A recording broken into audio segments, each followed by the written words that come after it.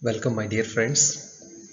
In this video, I'm going to share some of the basic ideas about the MEd dissertation and its chapters.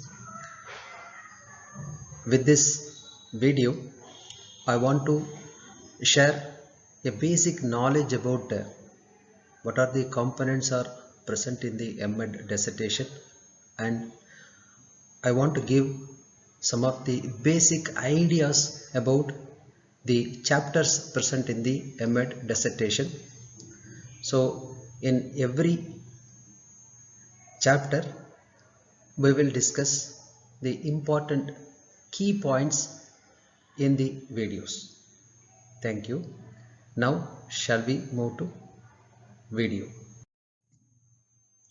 So generally the MEd dissertation, it consists of 5 chapters, starting from introduction, chapter 1, and review of related studies in chapter 2, and methodology in chapter 3.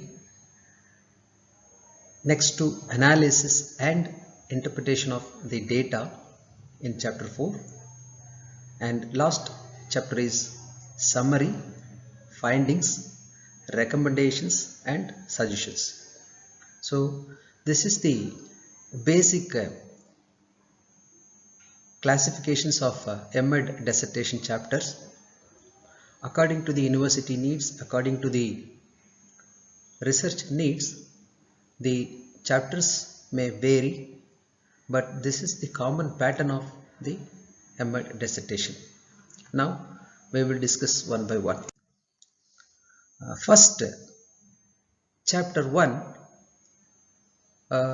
as per my knowledge, there are 8 subtitles. We will discuss one by one. First one is introduction about the title.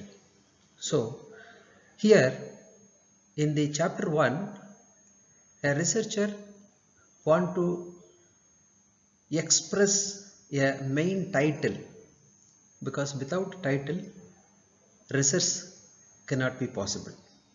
So introducing the main title of the dissertation is an essential part, and the research topic and its relevance in the field of education is also considered in chapter 1, especially the introduction part. Why? Because basically Master of Education is related to deal with educational applications. So we try to find solution for education related problems. So in that way we have to choose education related problems is most probably an optimum one. The next one is need for the study.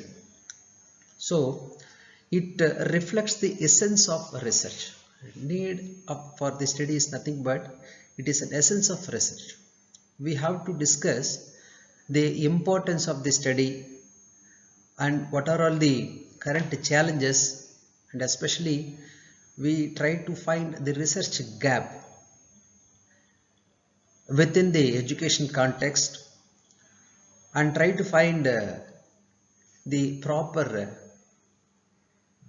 research findings with the help of the need. So in this part it emphasizes why your study matters and how it could potentially make a positive impact. So the need for the study may create a positive impact for all research. So in that way we try to give a reasonable inputs in the need for the study. So this will give a positive impact for whole research. And next one is a statement of the problem. This is another very important point, that we have to state the exact research problem according to the present conditions. This states the stages for the entire study and provides a clear focus. So whenever if our statements are clear, automatically our plan of conducting the research will lead to a good positive approach. So the statement of the problem in chapter 1 is very important, and we should take care to construct that one. Another important thing is objective of the study. Very important, because without objectives there is no success. If we want to achieve the aim or success, the objectives are very important. So the objective should be closely aligned with the research problem and guide your studies direction. So the objectives can only lead us in a right direction to achieve the aim. So framing the objective in chapter 1 is also another important part. Next, hypothesis of the study. So this is very important. Every researcher should know about the hypothesis. This is nothing but clear focus of the entire study. If we frame the hypothesis properly, usually we call as a null hypothesis, then automatically our study will focus in a right direction.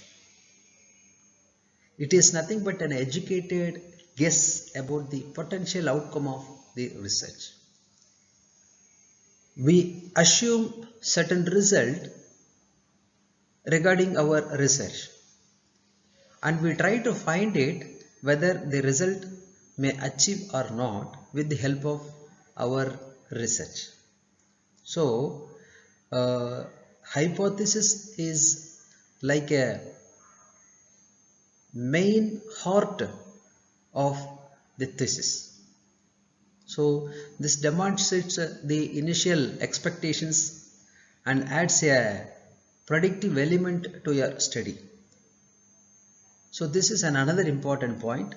The next, we have to mention the basic ideas of tools which we are used to conduct the study, because whenever a researcher conducting a research, they need some evidence, they need some databases, they need some solid proof for the research outputs. For that, they must need to collect some data from the participants or subject with the help of tool. This may be collect in the form of a survey or interview protocols or any observation checklist, whatever the process, but the collection of the tool, the collection of the data with the help of tool is another important thing. Then we need to represent the methodology which we are going to use in our research in a brief manner in chapter 1, because it contains the overview of your research methodology. So what actually a researcher will do in his research, that should be mentioned in the methodology part. Either it may be a qualitative, quantitative or mixed methods. It should be brief in a general.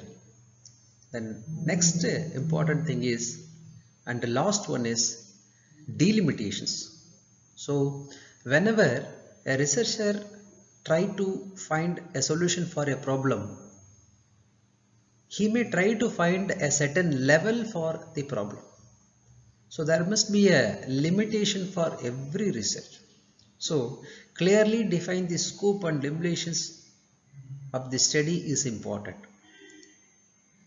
It may be a geographical limitations, or it may be a population limitations, or it may be a time frame, or any other factors that narrow down the focus of the research. So these are all some of the important concepts to be present in the chapter number 1 of MA dissertation. As a researcher, you try to add these informations in a perfect manner in chapter 1.